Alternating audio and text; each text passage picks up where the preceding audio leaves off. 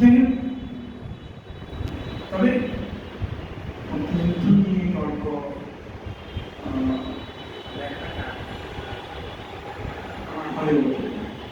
আমি যখনই লিখতে গেছি তখনই আমার মনে হয়েছে যে এটা আমি বানিয়ে লিখছি, এটা হবে, সেটাই হোক।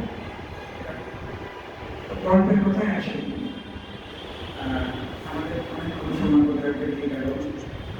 কটা বাজে? 11:30 বাজে। কাটাকাটি। হ্যাঁ, 9টা। কাজটা শেষ করা হচ্ছে। তো আমার গল্প লেখা শুরু করেছিলাম কলেজ জীবন থেকে। আমি যখন অনার্সের ছাত্র, এবং এরপরে নানা পত্রিকায় গল্প লিখেছি, কণ্ঠস্বর লিখেছি, সমকালের গল্প লিখেছি, অন্যান্য। তো আমার চেনা চরিত্র, আমার নিজের চেনা চরিত্র সেখানে এসেছে, আর অচেনা চরিত্র যে আসেনি তাও এসেছে। তবে ওইটা ঠিক যে আমি ওই ন্যারেটিভ গল্প, বর্ণনামূলক গল্প লিখতে চাইনি কখনো। আমি গল্পের মধ্য দিয়ে আমাদের চিন্তাকে, আমাদের জীবনকে, আমাদের নানা রকম অনুভবকে স্পর্শ করতে চেয়েছি।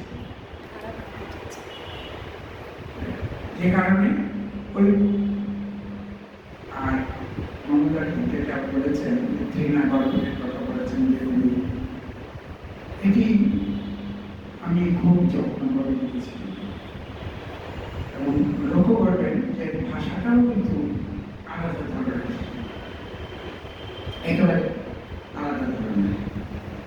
আর অন্যগুলো যেমন গন্তব্য গল্পের কথা উঠে এসছে, গন্তব্য গল্পে আমি সেই চরিত্রকে, আকিস্টের যে চরিত্র, সেটি আমাদের এক সময় আমাদের সঙ্গে পড়তো একটি ছেলে, তাকে নিয়ে চরিত্রটা তিনি ছবি আঁকতেন।